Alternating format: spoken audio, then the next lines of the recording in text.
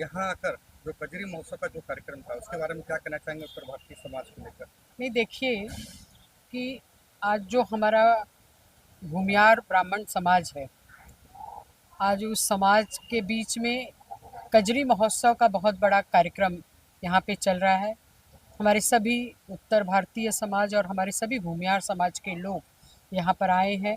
ख़ास करके जो हमारे समाज के लोग हैं, मैं उनका बहुत बहुत स्वागत करती हूँ, उनका वंदन करती हूँ और प्रभु परशुराम जी से मैं प्रार्थना करती हूँ कि जो हम सभी भूमियार समाज और सभी समाज के लोगों का जीवन सुखमय हो, समृद्धिमय हो। यहाँ आने पर लोगों से मुलाकात हुई, इसके पीछे का एक ही उद्देश्य है कि हमारी क्या संस्कृति है, हमारा कल्चर क्या है, आने वाले जो नई पीढ़ी है उनको बताना कि हम लोगों का इतिहास क्या है, हम ब्राह्मण भूमियार समाज क्या है।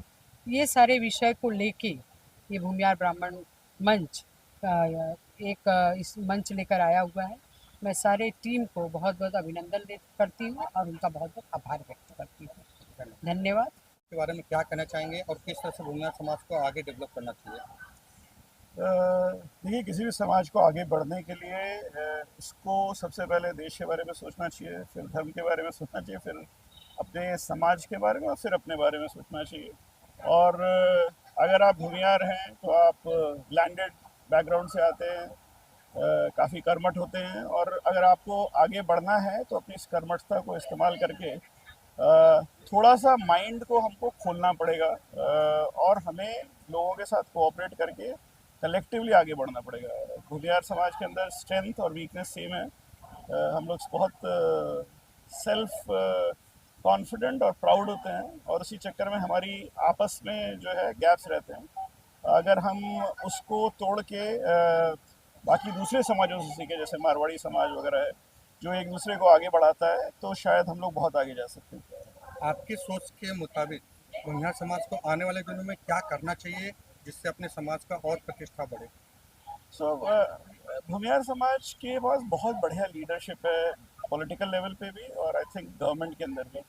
आई थिंक हमारी शायद जो कमजोरी रही है कि हम लोग एंटरप्रेन्योरियल एरिया में डिस्पाइट कैपेबिलिटी बहुत आगे नहीं बढ़ पाए हैं। बहुत कम लोग हैं जो कि आगे जा सके हैं। इंडिया का जो नेक्स्ट फेज ऑफ ग्रोथ है, इंक्लूडिंग जो पूर्वांचल में हो रहा है, उसके अंदर अगर आप एंटरप्रेन्योरियल थॉट प्रोसेस से आगे बढ़ेंगे, ना सिर्फ आप अपने लिए आगे बढ़ेंगे या अपने अपने लिए इनकम जनरेट कर पाएंगे, बट आप बहुत सारे लोगों को नौकरी प्रदान कर पाएंगे। और इस कंट्री में अगले 10 से 15 साल के अंदर, चाहे वो डिफेंस टेक हो, चाहे एग्रीटेक हो, चाहे विभिन्न प्रकार के जो नए काइंड ऑफ बिजनेसेस हैं, आर्टिफिशियल इंटेलिजेंस हो, अगर हम उन चीज़ों के अंदर रुचि लेंगे और उसमें थोड़ा नए तरह का सोच लाएंगे, तो हम लोग बहुत बड़ी डेवलपमेंट ला सकते हैं अपने समाज में भी और देश के लिए। Thank you. तो का आयोजन करने के पीछे का उद्देश्य क्या था आपका, और आपकी ये जो संस्था है भूमिहार समाज, इसके बारे में जानना चाहिए? भूमिहार जागरण मंच ये कजरी महोत्सव के निमित्त सभी परिवार के लोग एक साथ एकत्र आए, आपस में मिले, एक दूसरे से परिचय हो, एक दूसरे से समझे, और आने वाले समय में हम सब एक साथ मिलकर कार्य करें। इस निमित्त आज इस कजरी का आयोजन यहाँ पर किया गया है, क्योंकि हम सभी जानते हैं कि मुंबई के व्यस्ततम जीवन में हम समय निकालना बहुत कठिन होता है। तो ऐसे कार्यक्रमों के माध्यम से लोग एक साथ आते हैं, इसीलिए इस कजरी का आयोजन किया गया है। इस मंच से आज क्या क्या संचालन किया गया, और आपने कुछ यहाँ पे योजना का भी शुभारंभ किया?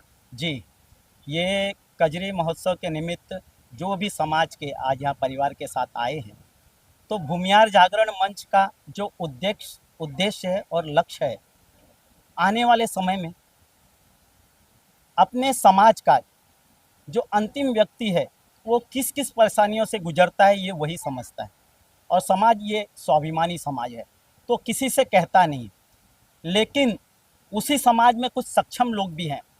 तो एक सक्षम व्यक्ति समाज के अंतिम पंक्ति का जो व्यक्ति है उसकी पीड़ा, उसकी दया कुछ समझे, उसको जो भी हो वो सहयोग कर सके, जिस निमित्त में इसी के कारण हम सभी यहाँ पर एकत्रित आए हैं और आने वाले समय में कुल 4 विषय को लेकर हम कार्य करने वाले हैं।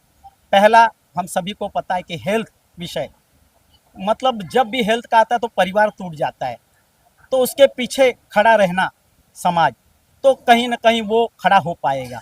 दूसरा विषय है शिक्षा। अगर शिक्षा अच्छी मिलती है बच्चों को, तो आने वाले समय में वो सिर्फ समाज का ही नहीं, तो वो राष्ट्र का, इस देश का और अपने आजू बाजू में जो है पैसा, उसका भी वो भला कर सकता है। तो शिक्षा ये बहुत ज़रूरी है ग्रहण करना, और वो खुद ग्रहण करता है तो अपने जैसा वो समाज में और लोगों को भी खड़ा कर पाता है। तीसरा विषय है इंश्योरेंस पॉलिसी। अभी हमने कोरोना काल में देखा कि क्या परिस्थिति रही, हॉस्पिटल में इतने इतने पैसे लगे, लेकिन उस हर एक परिवार, चाहे ये समाज हो या पूरे देश भर की जो परिस्थिति हम देख रहे थे, तो ऐसे समय में अगर उस परिवार का मेडिक्लेम रहता तो वो उसको कुछ ना कुछ लाभ मिलता। लेकिन अगर एक व्यक्ति मेडिक्लेम खोलने जाता है तो उसका जो पॉलिसी का उसका खर्च बहुत ज़्यादा रहता है और कवरेज कम रहता है। लेकिन जब हम ज्वाइंट में खोलते हैं सामूहिक, तो उसका कम से कम खर्च और ज़्यादा से ज़्यादा उसका लाभ मिलता है। और चौथा है कि समाज में जो भी रिक्शा चालक है, टैक्सी चालक या जो रिक्स लेकर रास्ते पर है, और कभी ना कभी कोई दुर्घटना होती ही है, भगवान करे ऐसे किसी भी परिवार के ऊपर नहीं है, लेकिन इस परिस्थिति में ऐसी जब घटना होती है तो कोई ना कोई उसके पीछे कोई नहीं खड़ा नहीं रहता है। तो ऐसे समय में हमने आज ये घोषणा की, आप सभी ने देखा, उसका यहाँ पर घोषणा भी हुई कि बिना शुल्क लिए, एक भी पैसा नहीं लिए हुए, उस व्यक्ति को 5 लाख का एक्सीडेंटल ऐसा इंश्योरेंस मिलेगा। तो ऐसे 4 विषय को लेकर आज यहाँ पर घोषणा हुई। लेकिन ये 4 विषय तक ही न सीमित रहते हुए आने वाले समय में हम बहुत सारा और कार्य समाज के लिए कर रहे हैं। और इस समाज के लिए नहीं, इस समाज के भी बाहर जो अन्य लोग हैं, इस राष्ट्र के लिए, देश के लिए जो जो व्यक्ति है, उसके लिए भी आने वाले समय में हम करने वाले हैं। तो आज के कार्यक्रम का मूल उद्देश्य यही था कि ये तो एक मिलने का निमित्त था, लेकिन इसके पीछे का जो हेतु है, समाज का भला हो, और समाज का भला होगा, सक्षम बनेगा तो देश के बारे में सोचेगा, राष्ट्र के बारे में सोचेगा।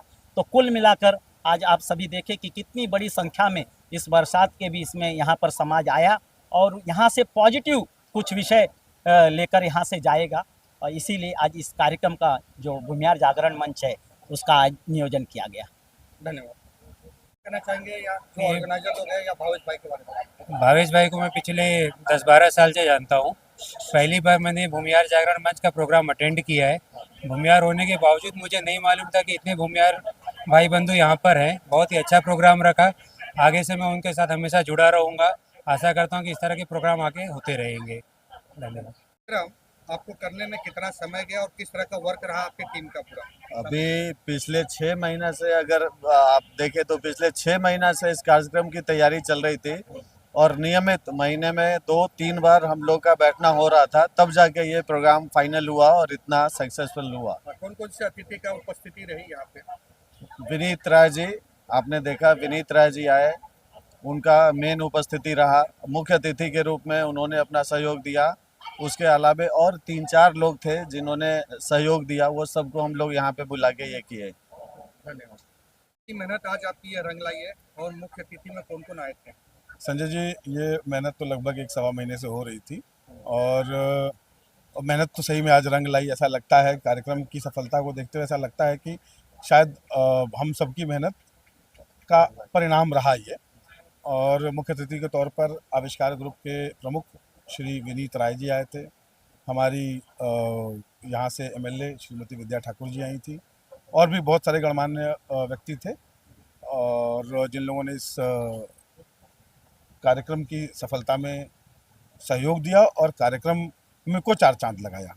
तो महिलाओं के लिए यहाँ पे देखा गया गिफ्ट वगैरह वितरण भी किया गया, वो किस उपलक्ष्य में था? वो चूँकि कजरी का महोत्सव था, कजरी के निमित्त कार्यक्रम था, तो उसी से संबंधित हमने महिलाओं को थोड़ा प्रेरित करने के लिए, वो करने के लिए कई तरह के गिफ्ट आइटम्स रखे थे, जो कि महिलाओं के लिए उपयोगी सामान उसमें हम दे रहे थे।